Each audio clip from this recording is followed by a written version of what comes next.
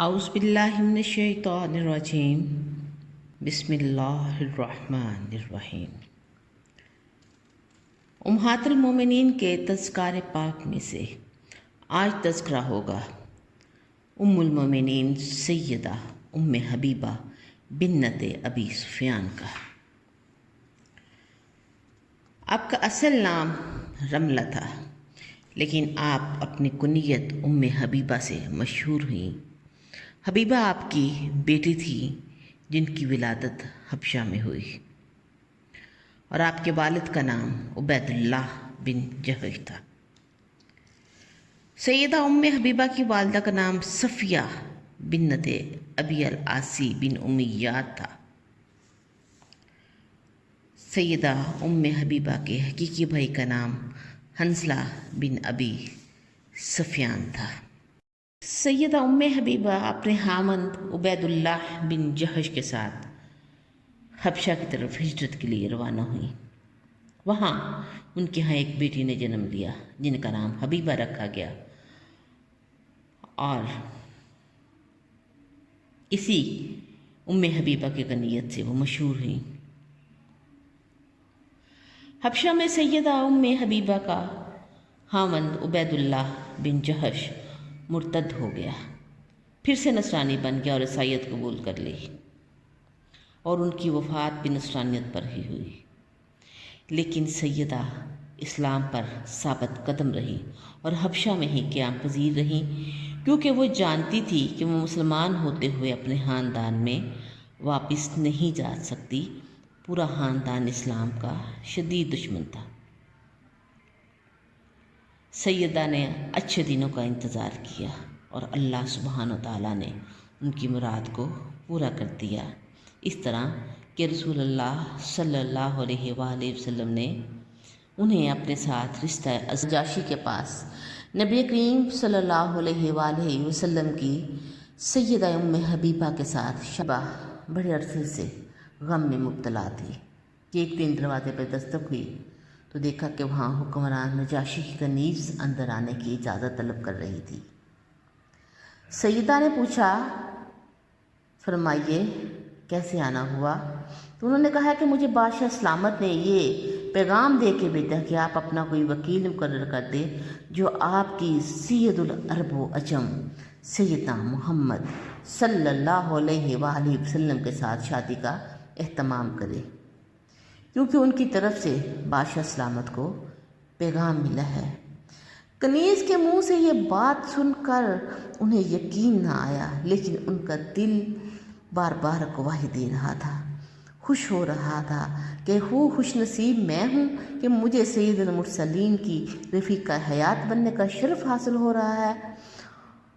یہ اطلاع اگر واقعہ درست ہے تو میں اپنی خوشی سے اپنے ہاتھوں کے کنگن اتار کر کنیز کو دیتی ہوں۔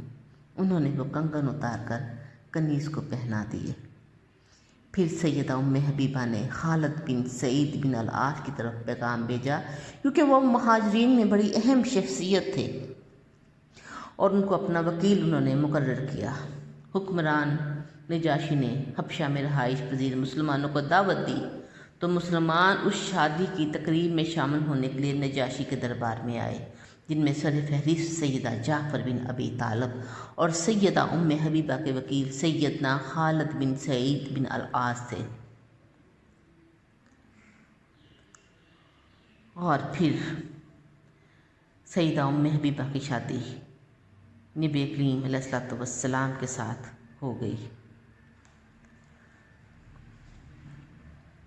اور پھر ان کو مہر ادا کیا گیا جو کہ بادشاہ نجاشی نے ادا کیا۔ ان کا مہر 4000 درہم تھا، جو کہ دیگر امہات المومنین کی نسبت زیادہ تھا۔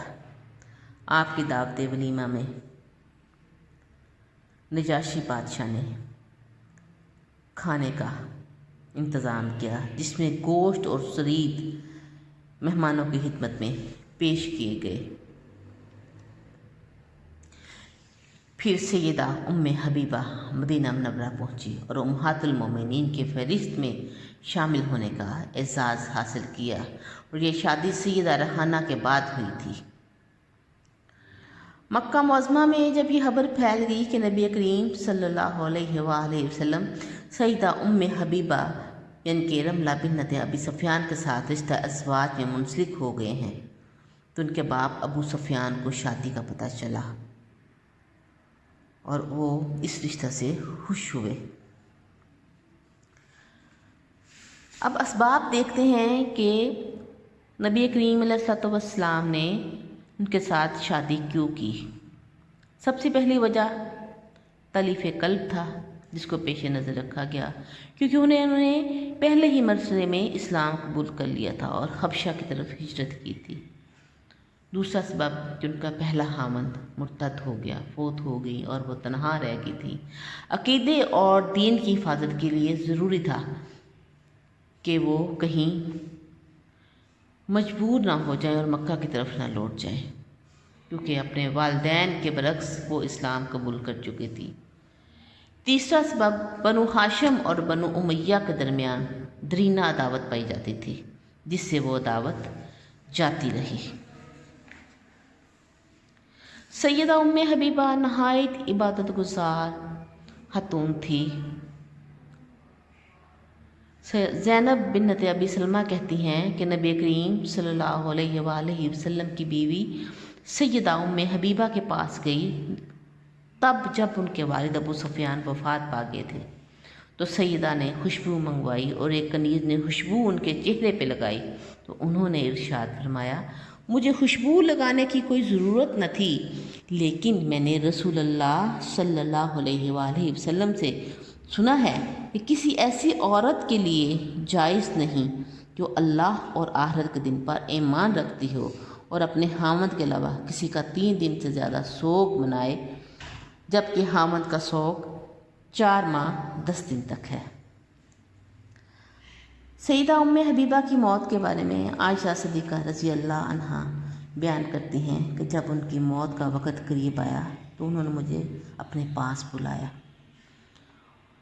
اور کہا، سوکنوں کے درمیان ناگوار سی اختلافی صورت پیدا ہو جاتی ہے، آپ مجھے معاف کر دیں، میں نے آپ کو معاف کر دیا، اللہ ہم سب کو معاف کر دے۔ اسی طرح ام المومنین سیدہ ام سلمہ کو بلا کر کہا، غور کرنے کی بات ہے کہ سیدہ ام حبیبہ کس قدر حساس طبیعت کی مالک تھیں۔ آخری وقت میں اپنا محاسبہ کرتے ہوئے ازواج مطہرات سے معافی مانگی، معذرت طلب کی، تاکہ رب العالمین کے سامنے کھڑے ہونے کا موقع آئے تو کسی قسم کی ندامت نہ اٹھانی پڑے۔ نبی کریم صلی اللہ علیہ وآلہ وسلم سے سیدہ ام حبیبہ کی کوئی اولاد نہیں ہوئی۔ ام المومنین سیدہ ام حبیبہ نے 44 ہجری کو سیدنا معاویہ بن ابی سفیان کے دور خلافت میں مدینہ منورہ میں وفات پائی اور آپ کو جنت البقیع میں دفن کیا گیا۔ امیر معاویہ اور ام حبیبہ کی طرف اشارہ کرتے ہوئے رسول اللہ صلی اللہ علیہ وآلہ وسلم نے کیا خوبصورت ارشاد فرمایا تھا، بخدا میری دلی تمنا ہے کہ میں تم اور یہ جنت میں ایک ساتھ جام طہور نوش کریں۔